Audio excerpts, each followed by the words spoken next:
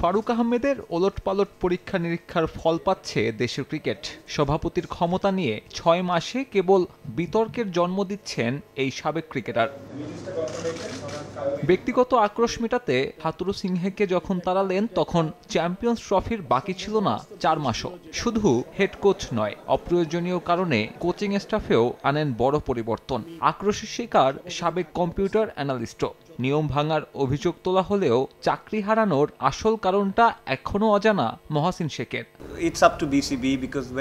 BCB যে কোনো অভিযোগ তুলতে পারে, তবে বাস্তবতা হচ্ছে তাদের একটা অজুহাত দরকার ছিল আমার চুক্তি শেষ করার। দলের বাজে পারফরমেন্সে অ্যানালিস্টকে বরখাস্ত করার নজির বিরল। আর এটা যদি কারণ হতো তাহলে আমার টার্মিনেশন লেটারে তা উল্লেখ করেনি কেন?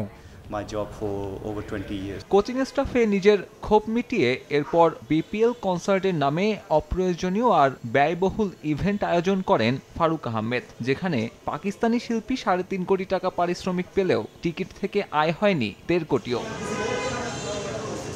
এরপর স্মরণকালের সবচেয়ে বিতর্কিত বিপিএল আয়োজনের কৃতিত্বটাও নতুন সভাপতির। বিপিএল গভর্নিং কাউন্সিলের সব দায়িত্ব নিজের কাছে রেখে দল দিয়েছেন বিতর্কিত সব মানুষদের। তাতে দেশের ক্রিকেটের ভাবমূর্তিত্ব নষ্ট হয়েছেই, ক্ষতি হয়েছে চ্যাম্পিয়ন্স ট্রফির প্রস্তুতিরও। বিপিএলটা যদি আমার আরো ১৫ দিন আগে যদি শেষ হতো, ইচ্ছা করলেই শেষ করা যেত, তাহলে হয়তো আমরা আরো প্রিপারেশন নেওয়ার মতো একটা সুযোগ থাকতো। তো সবকিছু আসলে আরেকটু পরিকল্পনা করে যা হবার তো হয়ে গেছে, পরিকল্পনা আরো বেটার করতে পারি।